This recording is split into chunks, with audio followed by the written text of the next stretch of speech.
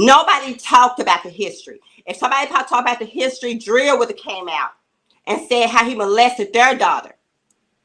She took the money of the settlement instead. It could have been stopped long time ago. Yeah. Rashonda, he finally got convicted in Chicago for Rashonda. They sent them over. They sent their family overseas. They never testified. Just like they talk about Michael Jackson, Bill Cosby.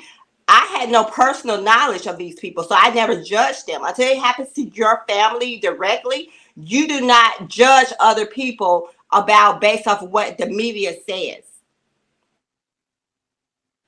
But what about because the tape? You're still seeing them writing for Michael Jackson, Whitney Houston, Fantasia, even under Beyonce putting out hits for a whole bunch of Atlanta artists, Madonna, everybody. It's a business transaction. That's all it is. It's a business. It's not personal. I started a nonprofit for human trafficking because human trafficking is very big in Atlanta, Georgia. I even had a young lady come in my boutique from shows, and my Jocelyn and my other daughter, they laughed it off. She was like, "R. Kelly, his people put me in the hotel for one night and they put me out. Can I come home with you all?" I said, "No, but I can help you call 411. Find some resources." But we it still didn't click in our heads that what she was going through was about to happen to us. Maybe a year or two later. Now, I do not agree with some of the things the Claris did because they had us fooled. I have a whole thread of messages that I'm ready to share with Bunjini because they came out like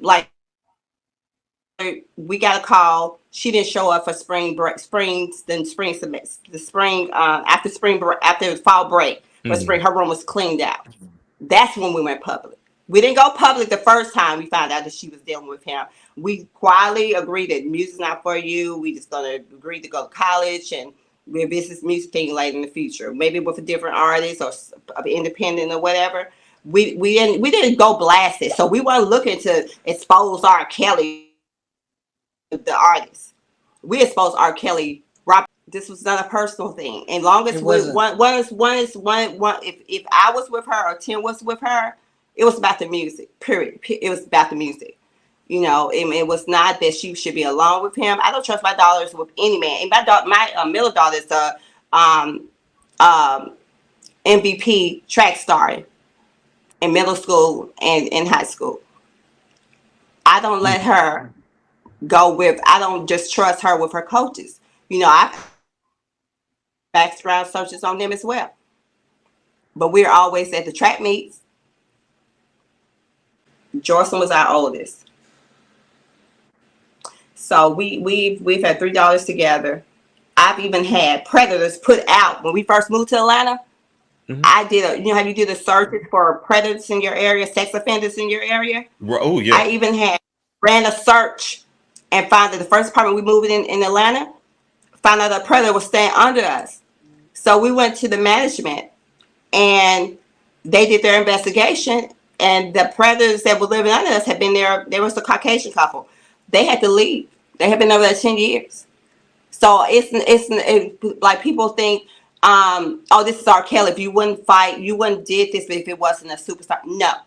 I've even had for my middle daughter, if I thought someone was too old for her and took advantage of her, we're attempted to press charges. It's not about he's been R. Kelly because he's just a man. Because he separate. I grew up on R. Kelly's music, but my girls did not. They were not fans of R. Kelly, but they knew who he wrote for, like Whitney Houston. Even when the second time we visited him, he was actually working with Fantasia. We're backstage with him for about 4 or 5 hours together. And it was mostly about her music. And we didn't actually meet R. Kelly until after his show in California when we first flew as a so-called VIP guest. Okay. Everything coordinated through Cheryl Mack. So she was the one who booked the flight travel, the hotel, when we wanted to go to the mall, the car service. She's the one who did that. I handle that Now, I handle it as the world knows now. When I introduced my daughter to R. Kelly, none of this was out. But if you're basing your decision of why we let our daughter go to based off of what you found out now, not talking about the case in Aaliyah, the marriage, because he was acquitted for all of that. So I didn't have a, But in all either way, fairness, I a was lot of just- parents could say R. Right. Kelly's been this way for a long time. Like, there's always been allegations that R. Kelly preys on these women. Did that concern you as a mother when you were introducing her to R. Kelly? I knew about Aaliyah. I really did. I knew that he was an artist that was, song about a lot of sexual things. But this was a business relationship that I met through his stage manager. Like I said, I didn't know all of the dark side of it at the time. Okay. So, and also, we only met twice. She was with me. So, on one of the meetings, another major, Fantasia, she was in the studio with him then when we went to the, Okay. we were invited. So, it wasn't any different. He's worked with Yeah. Whitney Houston, everybody, Whitney Houston, Yeah. Michael Jackson, everybody. So, I saw it as a business opportunity. Okay. And that's why I was You with felt her safe. as a VIP guest and to see the show in Palm Springs, California. And after the show, we were to go back into a meeting. So after the show, we were escorted back to his private area, whatever, and we talked for like 3 hours. About what?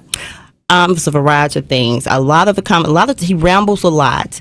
So he went through the whole Trapped in the Closet series. Talked about his upcoming ones that he haven't released, and he listened to her CDs. And again, because she had some new music, she already had music out. We just wanted kind of him to, go and, add some more things to it to make it better. So, and he was talking in general. A lot of stuff was in general. A lot of things were basically just that he wanted to be her. He wanted to be her protege. Basically, she was in school, college. She was in her first year in college, and she was staying on the dorm for the first semester. Everything, to our knowledge, was doing good. She said she was loving college, and then when midterms came, she said, I did well on my midterms and everything. And January after the next following year, was You got to re-register, new semester. Well, she was already re-registered. She was already set to be on her dorm. Her stuff was still in her dorm. And we got a call from her roommate and said, Joyce, the room is cleaned out. Never a call to you. No, the school wasn't notified. The school teachers, the directors, nobody in the school system knew that she was withdrawing. And then what happened?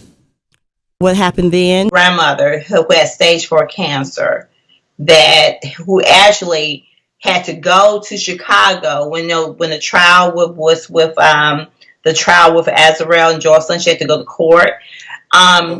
We knew about the court date. Her grandmother who had stage 4 cancer, flew to Chicago to be at the court date to see Jocelyn. I didn't know that.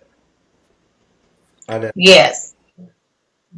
Right. And Jocelyn treated her like, I know you, I know you're sick, and but she kept walking. It was a very bypassive situation. It wasn't anything usual that you would get from a granddaughter talking to their grandmother who is terminally ill. You have a grandmother who has stage 4